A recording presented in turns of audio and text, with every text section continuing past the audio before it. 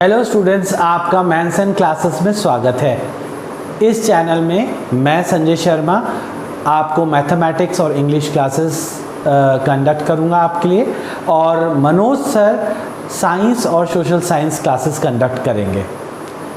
फ़िलहाल हम beginning class 10 से कर रहे हैं और वीडियोस ख़ास तौर पर सीबीएसई बोर्ड एग्ज़ाम्स को ध्यान में रखकर बनाई जा रही हैं और हर चैप्टर को आपकी कन्वीनियंस के हिसाब से मॉडिफाई किया जाएगा और उसके अलावा उनको अलग अलग पार्ट्स में डिवाइड किया जाएगा। मैथमेटिक्स में एनसीईआरटी एक्सरसाइजेस के अलावा सप्लीमेंट्री एक्सरसाइजेस भी कराई जाएंगी और आपको एग्जाम्पलर क्वेश्चंस और प्रीवियस बोर्ड क्लास के जो बोर्ड एग्ज़ाम्स के जो क्वेश्चंस हैं वो भी आपको कराए जाएंगे और स्टैंडर्ड और बेसिक कैटेगरीज़ को डिफरेंटली प्रेजेंट भी किया जाएगा। हमारा एम आपको 100% परफॉर्मेंस के लिए तैयार करना है और यदि आपको हमारा कॉन्सेप्ट क्लियर हो जाए और वीडियोस पसंद आए तो आप ज़रूर हमारे चैनल को लाइक करें और सब्सक्राइब करें और बेल आइकन दबाना ना भूलें, क्योंकि इसी के बेसिस पे आपको रेगुलर बेसिस पर जो है वीडियोस वगैरह अपलोड कराए जाएंगे।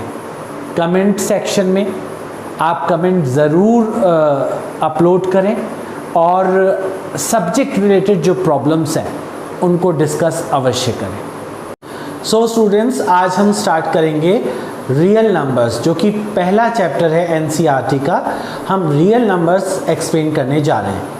तो रियल नंबर्स होते क्या हैं? सबसे पहले हमें ये जानना है कि आखिरकार what do you mean by real numbers. तो real numbers is a combination of rational numbers and irrational numbers. तो इन दोनों के कॉम्बिनेशन को ही हम रियल नंबर्स कहते हैं। अब हम सेपरेटली जानेंगे कि रैशनल नंबर्स क्या होते हैं और इररेशनल नंबर्स क्या होते हैं। रैशनल नंबर्स वो नंबर्स होते हैं जिनको कि हम P/Q की फॉर्म में रिप्रेजेंट कर सकते हैं, where Q is not equal to 0 and PQ are integers. तो P और Q ये याद रहे, ये दोनों इंटीजर्स होते हैं। ऑल राइट, सो डिनोमिनेटर कभी भी 0 के बराबर नहीं होना चाहिए। तो ऐसे नंबर जो होते हैं वो रैशनल नंबर्स होते हैं। तो एग्जाम्पल जो है इनका है, जैसे 1/2 है। सारे फ्रैक्शंस चाहे वो नेगेटिव हों चाहे वो पॉजिटिव हों, वो आपके रैशनल नंबर्स कहलाते हैं। ऑलराइट, इसके अलावा अगर आप इन फ्रैक्शंस को भी इसके अलावा आप देखें तो आप देखेंगे कि 0, 1, 2, 3, 4, तो ये सारे नंबर्स जो हैं, चाहे वो नेगेटिव हों चाहे वो पॉजिटिव हो, ये सभी नंबर्स जो हैं वो इंटीजर्स की कैटेगरी को बिलोंग करते हैं और ये सब रैशनल नंबर्स हैं। अब आप सोचेंगे कि आपने तो P/Q की फॉर्म में बताया था, उन्हें हम रैशनल नंबर्स कहते हैं, तो ये तो P/Q की फॉर्म में नज़र नहीं आ रहे हैं। तो आप ये जानते ही हैं कि जिनके डिनोमिनेटर में कुछ नहीं होता उनके डिनोमिनेटर में 1 ज़रूर होता है। तो ये भी P/Q की फॉर्म में है, पर हम नॉर्मली 1 को रिप्रेजेंट नहीं करते। ऑल राइट, सो इस रैशनल नंबर में आपके नेचुरल नंबर्स जो कि 1, 2, 3, 4 ये हैं, ये सब भी इंक्लूड हो जाते हैं। Whole numbers we start from 0, 1, 2, 3 and so on, ये भी इसमें इंक्लूड हो जाते हैं। इंटीजर्स जो हैं वो 0, 1, 2, इसमें होल नंबर्स तो सारे आते हैं इंटीजर्स में, पर नेगेटिव नंबर्स भी आ जाते हैं, -1, -2, -3, सो ये इंटीजर्स भी इसमें इंक्लूड होते हैं। और तो और फ्रैक्शंस जैसे 1/2, -5/6 ये भी रैशनल नंबर्स में इंक्लूड होते हैं। तो रैशनल नंबर्स में बेसिकली ये सब नंबर्स इंक्लूडेड हैं। अब हम इररेशनल नंबर्स की अगर बात करें तो irrational numbers are those numbers which can not be represented in the form of P/Q। ये इररेशनल नंबर्स P/Q की फॉर्म में रिप्रेजेंट नहीं हो सकते, जैसे कि √2, √3, √5, पाई, ये सभी आपके इररेशनल नंबर्स हैं। तो रियल नंबर्स क्या हुए? Combination of rational and irrational numbers. Alright, so इन्हें हम रियल नंबर्स कहते हैं। तो अगर रियल नंबर कहीं पर हैं तो यकीनन नो रियल नंबर्स भी कहीं ना कहीं होंगे, जिन्हें कि हम कॉम्प्लेक्स नंबर्स भी कहते हैं।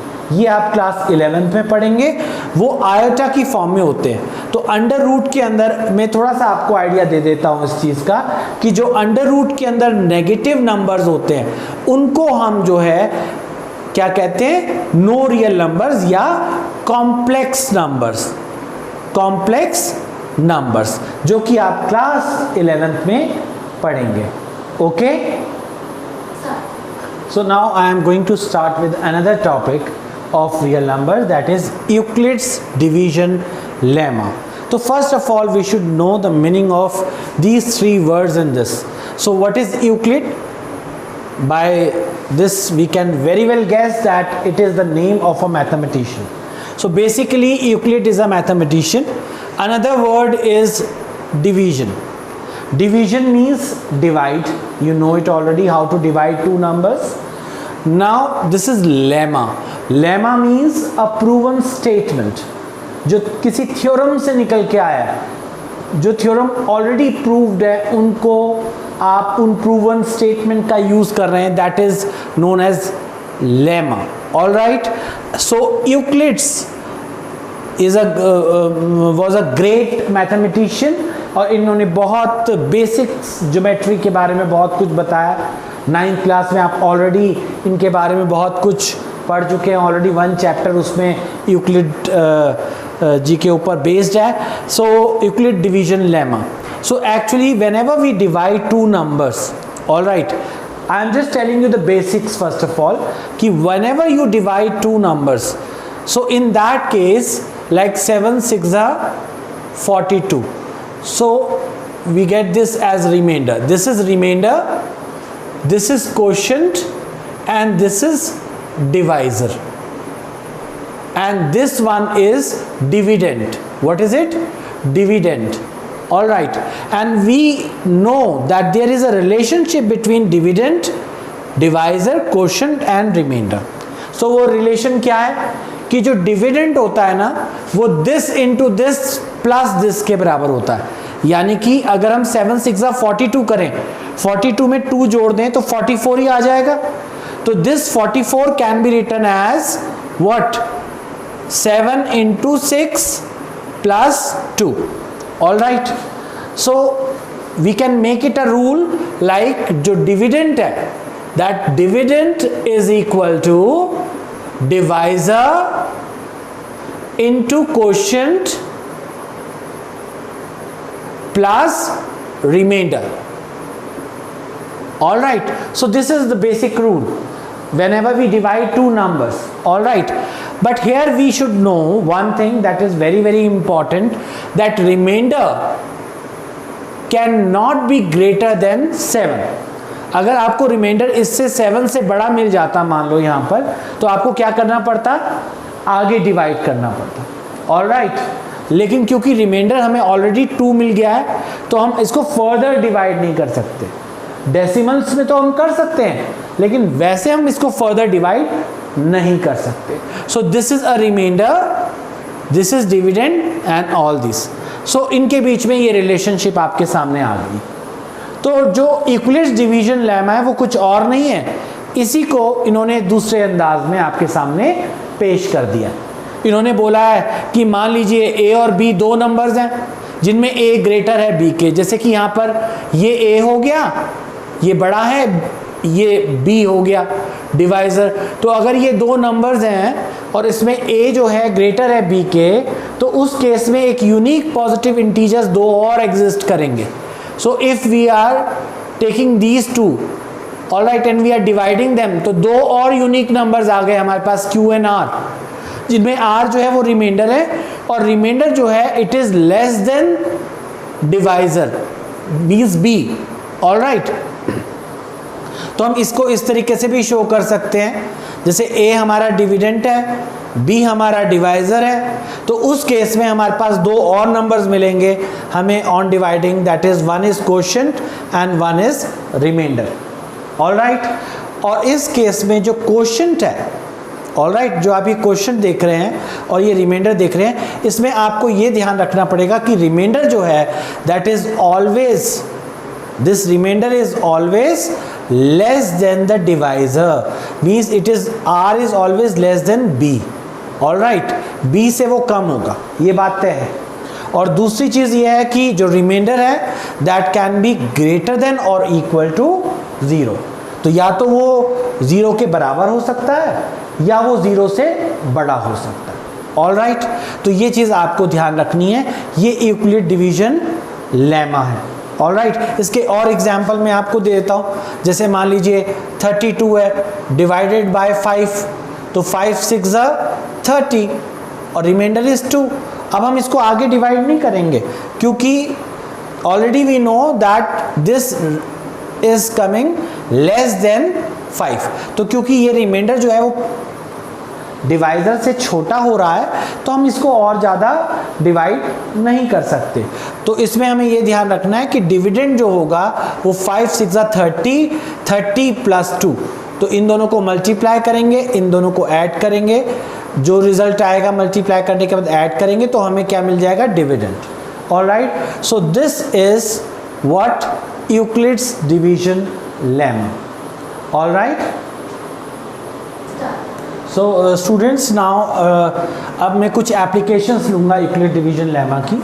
जैसे कि आपने देखा कि a is equal to B Q plus R, ये रिलेशनशिप इन्होंने दी है यूक्लिड ने, और रिमाइंडर जो है that is always less than the divisor, तो ये b जो है वो हमेशा डिवाइज़र होगा, तो इस बात का हमें खासा ध्यान रखना है।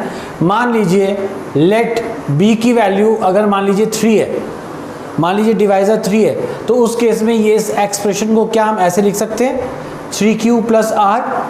तो आप मुझे बताइए जो r की वैल्यू होगी what will be that, it will be less than the divisor. Now divisor is 3, b 3 है यानी कि डिवाइजर 3 दिया हुआ है, ऑलराइट।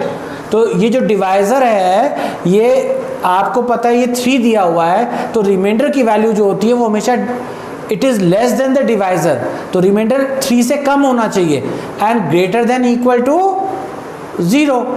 तो उस केस में रिमाइंडर की आपको क्या क्या वैल्यूज मिल सकती हैं, 0 मिल सकती है, 1 मिल सकती है, 2 मिल सकती है, लेकिन 3 नहीं मिल सकती क्योंकि remainder is less than 3, all right. तो यही है यूक्लिड कहना चाहता है कि जब भी हम कोई डिवाइज़र लेंगे जो तो उस केस में जो डिवाइज़र होगा मतलब जो रिमाइंडर होगा उसकी वैल्यू जो होगी वो डिवाइज़र से कम होगी, तो remainder is always less than the divisor, ये बात हमें ध्यान रखनी है। जैसे कि मान लीजिए एक और एग्जांपल ले लेते हैं, लेट b जो है वो 5 है, अगर ये वैल्यू 5 है तो उस केस में a की जो वैल्यू होगी वो क्या हो जाएगी, बी क्यू प्लस आर।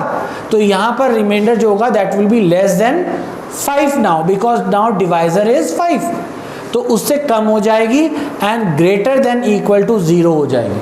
तो ये बात आपको समझनी है, और इसमें जो रिमाइंडर की वैल्यू हो सकती है वो हो सकती है 0 भी आ सकती है ना, और उस केस में 1 भी आ सकती है, 2 भी आ सकती है, 3 भी आ सकती है, 4 भी आ सकती है, लेकिन 5 नहीं आ सकती, 6 नहीं आ सकती, 5 से कम ही होंगी वैल्यूज, ये बात आपको ध्यान में रखनी है। जैसे फॉर एग्जाम्पल मैं 5 से किसी नंबर को डिवाइड करता हूँ, सपोज 32 को 5 से डिवाइड कर लीजिए, तो 5 6 30, तो रिमाइंडर क्या आ रहा है, 2 आ रहा है ना, इन्हीं में से तो आएगा रिमाइंडर।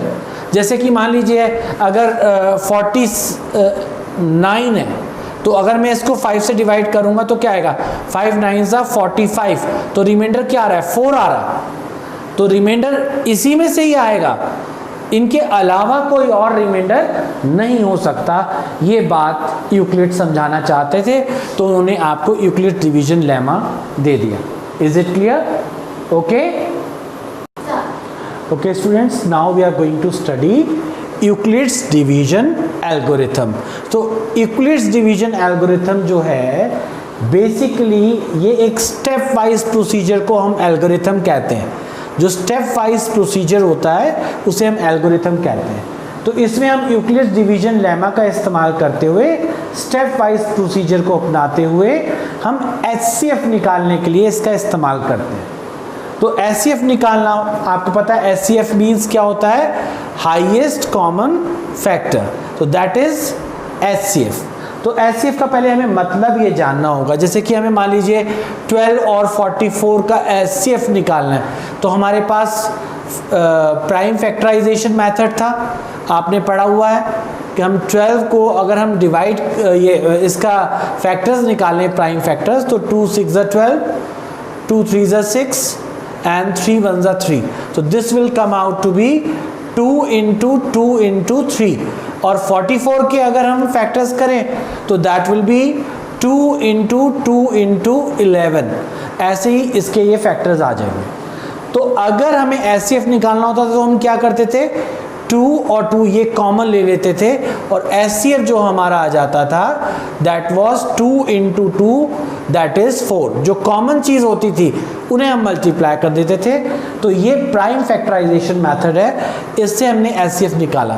तो बेसिकली जो HCF आया है 12 और 44 का, इसका मतलब क्या है? इसका मतलब ये है कि ये वो हाईएस्ट, ये वो सबसे बड़ा नंबर है जो इसको भी डिवाइड कर सकता है और इसको भी कंप्लीटली डिवाइड कर सकता है। ऑल राइट, तो इसका मतलब ये है कि अगर ये हम इससे हम इस 12 को डिवाइड करें और 44 को डिवाइड करें तो हमें रिमाइंडर क्या मिलेगा, 0 मिलेगा। ऑल राइट, सो क्या 4 से कोई और बड़ा नंबर हो सकता है जो 12 को और 44 दोनों को डिवाइड कर दे? नो। ऑल राइट, सो इसका मतलब ये है कि जो 4 है ये आपका हाईएस्ट कॉमन फैक्टर है। अब दूसरा तरीका जो था हाईएस्ट कॉमन फैक्टर का निकालने का, that was long division method, और उसमें हम क्या करते थे, 12 से पहले डिवाइड कर देते थे। 12 3 36, नाउ सब्ट्रैक्ट करेंगे तो रिमाइंडर हमें क्या मिल जाएगा, 14 माइनस 6 विल गिव यू 8।